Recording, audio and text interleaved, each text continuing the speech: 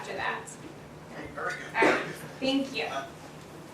My name is John Thomas. I've been writing since I'm about 13 years old, let's say. That was the first time I tried to put a story together, and it was about, I don't know, 27 or 30 pages probably, of a lot of nonsense.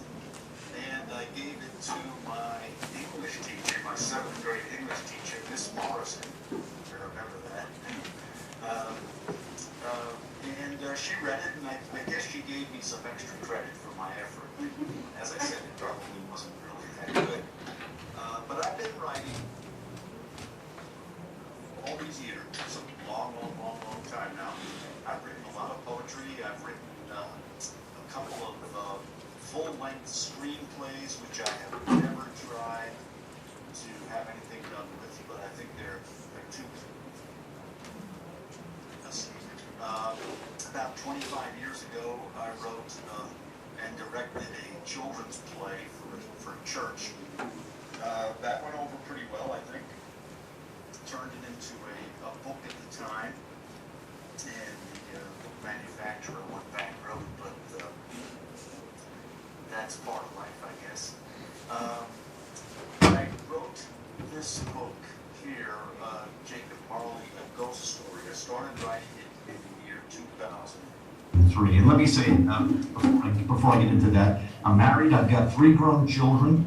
All of them are married, and I have 1 granddaughter who's 5 years old. My wife is a registered nurse. She works in the operating room here in one of the Orlando hospitals, and we travel a lot. We've been to a lot of countries around the world. We've been to the pyramids. We've been to Stonehenge, for example. This past summer we were up in Alaska. We were north of the Arctic Circle. That was quite an event for us. We like to do whitewater rafting, and we parasailed, and we just like, whenever we can, visiting different parts of the world, different people, getting to know their customs and appreciating their history. But anyway, I started writing the first book. I've got 2 books published now in recent years. Jacob Marley, A Ghost Story, which you're all familiar with. I started writing this in the year 2003, and what prompted me to write it, first of all, was that I've always loved Charles Dickens' A Christmas Carol, particularly the 1951 version with Alistair Sim playing the part of Scrooge. In fact, that film was titled Scrooge because significant portions of the original Christmas Carol story were changed. Okay, you'd have to read the original to see where the changes take place, and I have several copies of Dickens' A Christmas Carol, which was written around 1843, and I've read other Dickens works. He was a phenomenal writer, very dedicated to his craft. And but anyway, the 1951 version, I saw it when I was about 8 years old for the first time, and that film was played every night at 7 o'clock, I remember, on one New York City station. And I've been watching it every year ever since then, but I've read the story several times. But back in 2003, my mother-in-law was over our house. We were living in Tallahassee, Florida at the time. And my wife and I used to give her a few dollars for doing some light dusting for us, since both my wife and I worked. And we had purchased this Medusa door knocker back in Dublin, Ireland, back in 1988. And it was on the door leading from our hallway into our garage, and my mother-in-law said to me, she said, Marley, that's what she used to refer to it as, Marley could use with the dusting. And when she said that, the thought popped into my head that that would make a good story. A story based on the fictitious life of the Dickens character, Jacob Marley, because as you know, in the story of Christmas Carol, Ebenezer Scrooge is visited by Marley and several other ghosts in the course of one Christmas Eve. And because of those visits, he went from being the nasty individual that he was before to being this very benevolent individual that one would have to come to the conclusion had now gained the fast track to eternal peace once he would die, okay? But poor Marley, he was doomed to an afterlife of peril.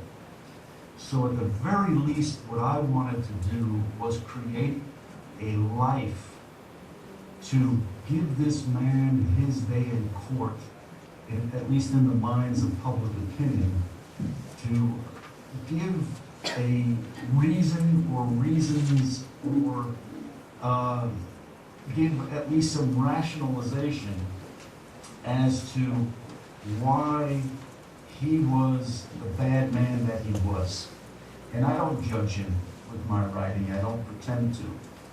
All I'm doing is I am taking a character from 170 years or so ago, and I'm comparing him to the morals that people supposedly lived by back in those days. You know, if you did anything wrong, you were doomed to hell, as some people would say.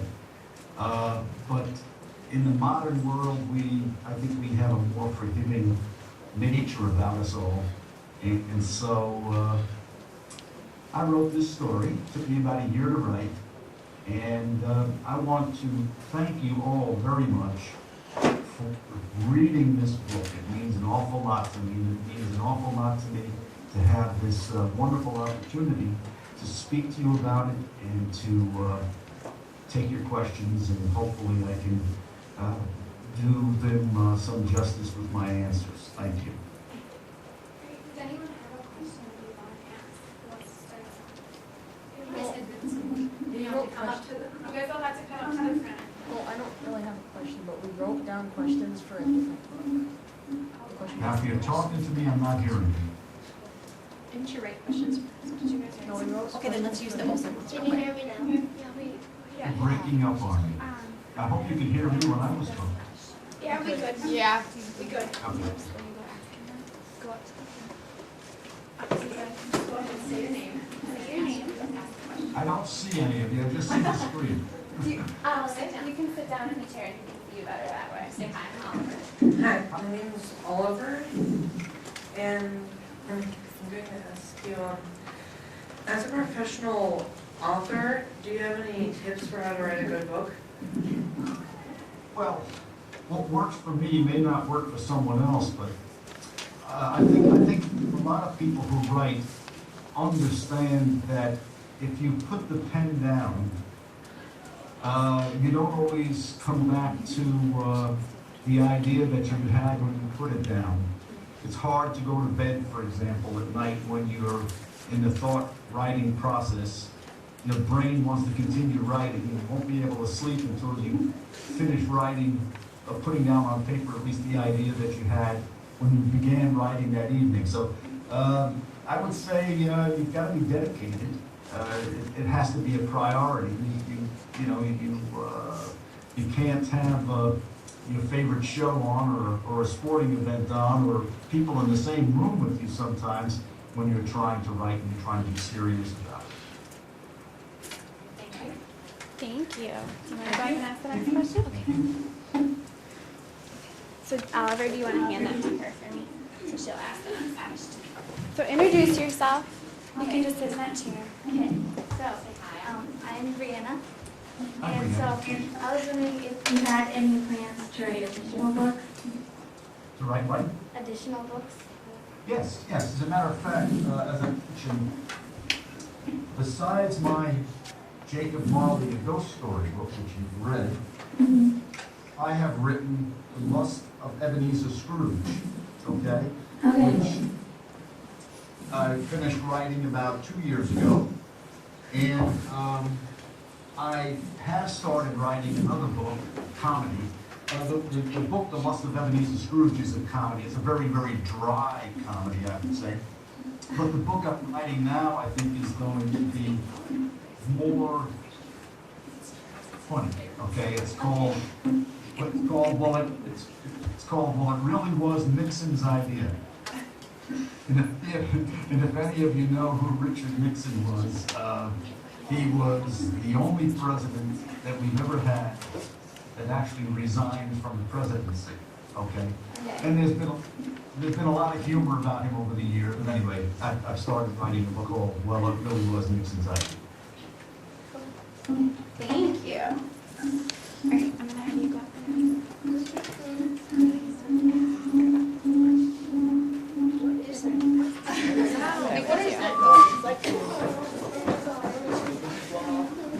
We have a UFO over there. It's on your side. Whoa. Yeah, probably. Yellow. So introduce yourself. I'm Connor, Hi, Connor. and what is the most important part of the writing process?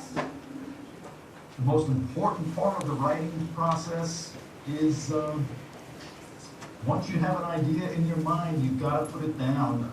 You've got to save it, transfer it to your computer, what have you. You never know when you're going to find the spot for whatever thought enters your head that you think is interesting. Okay? I've got all sorts of things that I've written over the years, funny emails that go back and forth with friends and co-workers and associates and things of that nature. But if you want to write something down, something strikes your interest, put it down on paper, save it. But once you get an idea in your head, you've got to finish it. You can't just say, oh, I'll remember that tomorrow, because when tomorrow comes, you won't have a clue what you're thinking about. At least that's how it is with me. Thank you. All right, Krista, go ahead.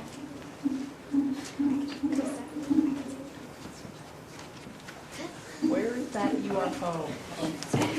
So introduce yourself. Krista. Hi, how are you doing? What's your favorite part of the book? My favorite part of the book, I think, is when Jacob Marley and Gwen got together. That was the most, I think, the most loving, the most romantic part of the book. And they had a really good relationship. And yeah, that's my favorite part. It ended tragically, but it had to. Okay? Thank you. Thank you. Thank you.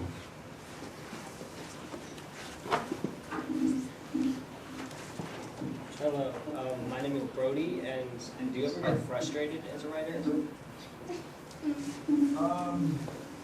Frustrated? I don't think so. I've written a lot of things over the years, and sometimes things just pour out of me, and then there are times when I get stuck somewhere. I don't let it bother me, though. I put it down, and I know it'll come back to me later on.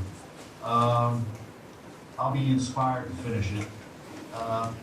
But frustrated? Nah, not really. Not really. Maybe I don't take it quite as seriously as I take other things, but no, I don't think Thank you. Thank you.